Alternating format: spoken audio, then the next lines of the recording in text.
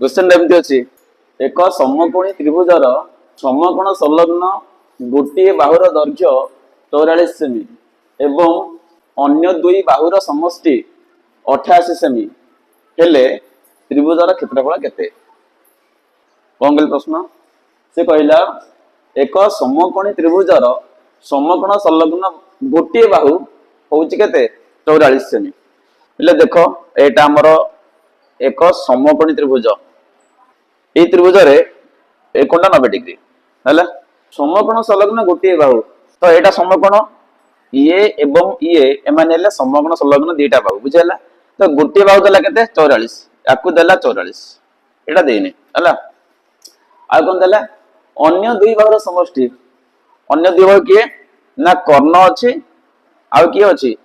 उच्चता अछि एमानकर समष्टि देछि केते 28 सेमी ता से कहि जे त्रिभुजर क्षेत्रफल केते एनो चारटा ऑप्शन बिले अछि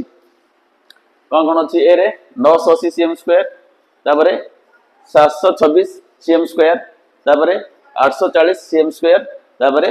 678 cm स्क्वायर ताले हमर को ऑप्शन ठीक हबो पूरा ठीक हबो बी ठीक हबो देखिबा विभजन ने आंसर करा प्ले